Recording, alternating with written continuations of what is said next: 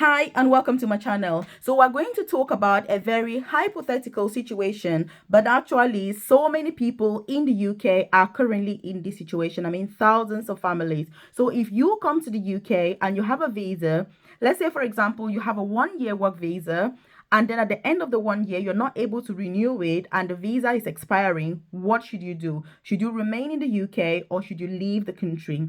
Also, another scenario that thousands of people are currently facing is that you come to the UK on visa sponsorship, your employer's license is revoked. What should you do in that situation? Should you stay in the UK or should you leave?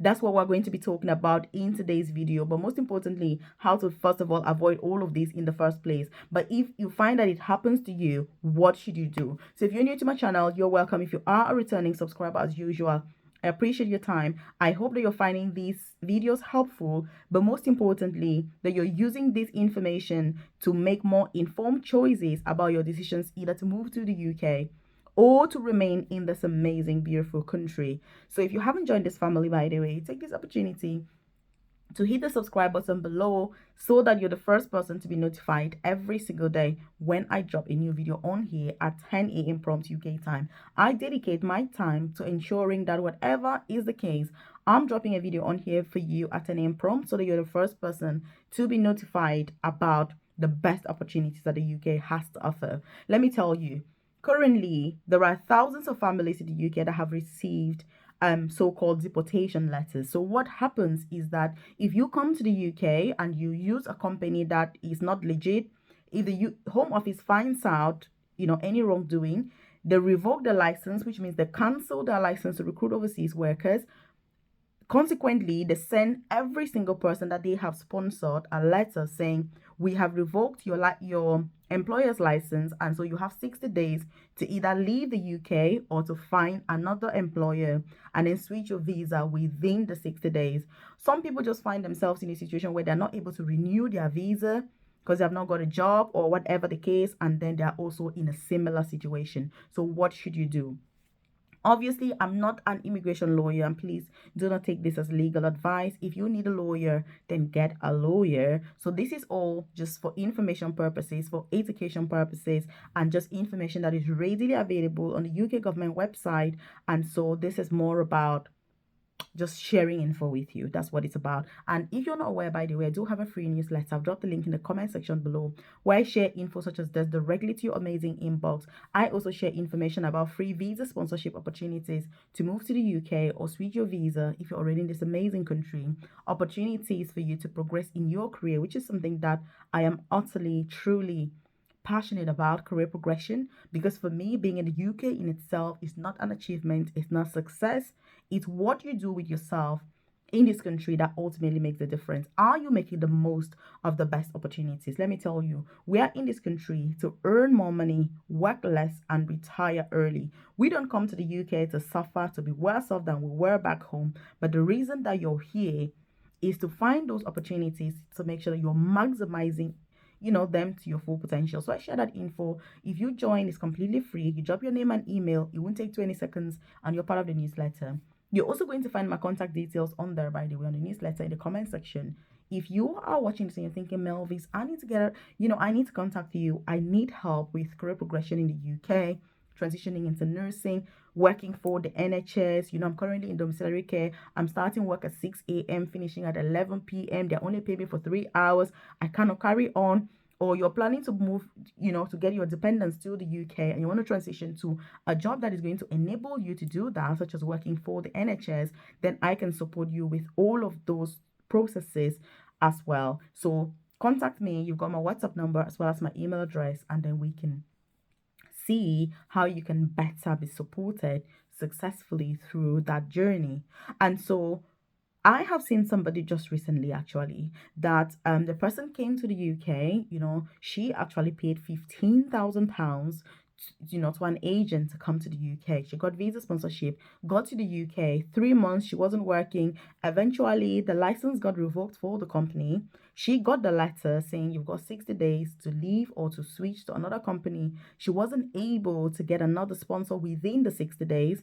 And so She ended up leaving the UK, but she left after the 60 days. So she left voluntarily, she paid her flight and left the UK, but she left after the 60 days that she should have originally left. So when she got out of the UK, she kept applying for jobs. She got visa sponsorship and then went to apply for the visa, and her visa was not given. So the visa was refused on the basis that she has broken immigration rules in the UK, which means that she overstayed her welcome in this country. So these things are very serious. The UK is one of the most serious countries, strictest countries when it comes to immigration and visa rules. So when you watch a YouTube video like this, if it hasn't happened to you, you don't understand the level of anxiety, you don't understand the level of worry that this causes. And I empathize that there are currently thousands of people in this position. I know that you may be watching this and you're in a similar position, but I will say that if I can only tell you, by the way, what I would do in this situation, I'm not in the position to tell you what to do, because I'm sure that as an adult, you've assessed every circumstance, depending on obviously your personal circumstances, depending on where you're coming from, what your journey is, what your story is. I mean, we can never generalize because we're all from different backgrounds.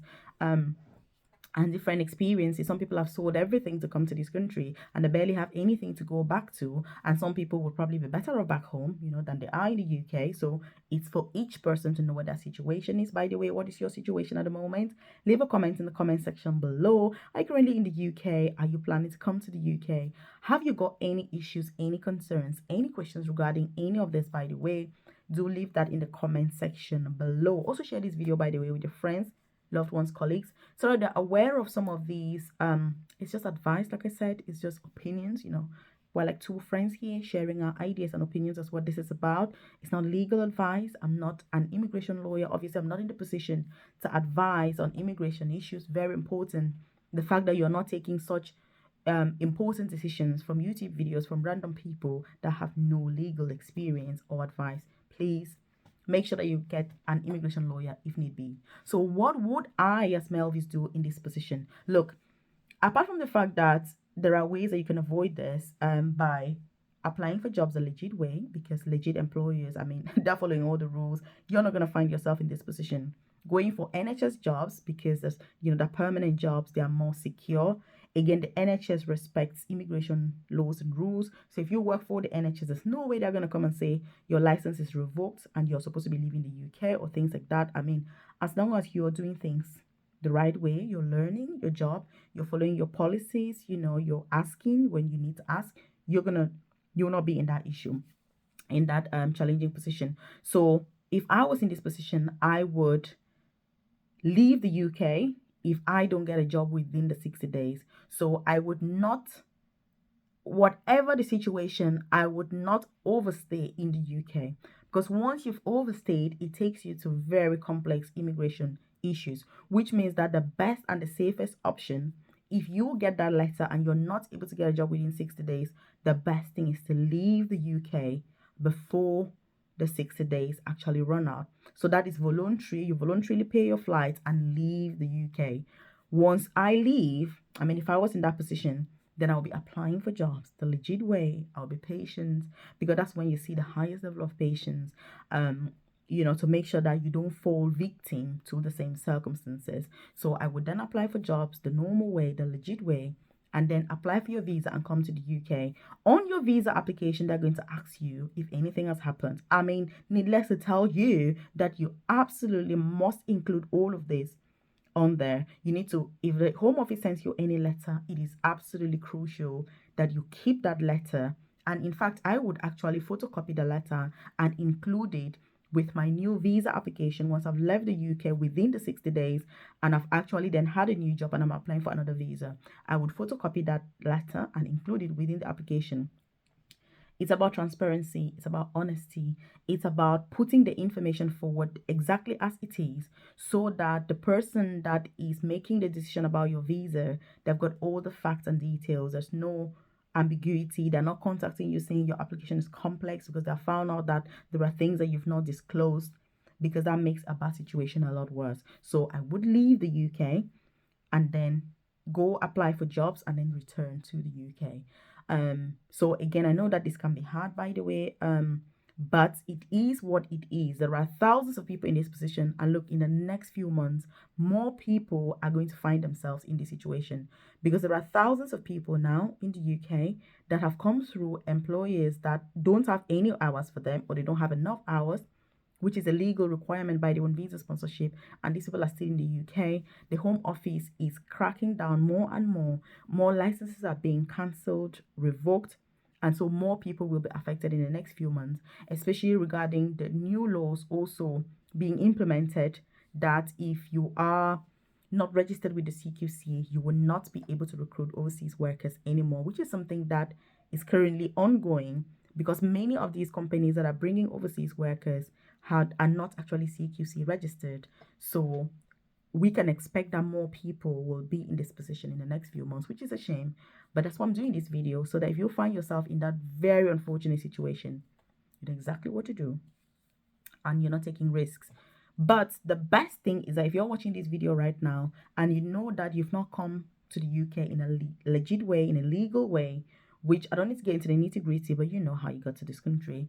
Also, if you know that you're not getting enough hours, even if you came the right way, you applied for jobs, you did an interview, you were innocent about the whole process, and then you come here and find that you don't have enough hours, you also need to make sure that as a matter of urgency, you're looking to switch to a legit employer where you can secure your stay and know that you're in the UK, so that when you're going to bed, you know that you're going to wake up the next day, take your kids to school, come back and still be in this country. There's nothing worse than the worry that comes with not knowing whether you're going to be here the next day or not. Very stressful. So again, we'll go through this during our live session on Thursday to make sure we get into the details. What do you do? How can you avoid this? The legit companies, how do you apply, the interview, your CV, so that you make sure that you're not putting yourself in a very difficult situation. The NHS as well. You know, I love the NHS. I've worked for the NHS myself for the last 12 years, and it's because of these reasons, you know, job security. So again, what is your situation at the moment? This is a very emotional topic, very difficult. You know, if you're currently going through this position, just take heart, you know, make sure that the best thing is to leave. If you're not able to get a job within the 60 days, don't stay, because that's going to make a bad situation worse for later on. And then, yeah. So if you need to contact me, like I said, check the comment section below. You're going to see my contact details. If you haven't joined this family, are you for real? Hit the subscribe button so that you're the first person to be notified every single day when I drop a new video on here at 10 a.m. prompt UK time. If you need that one-to-one tailored individualized support, then again, contact me. Check out my coaching program in the description box and join so you can get support. Check this video right here.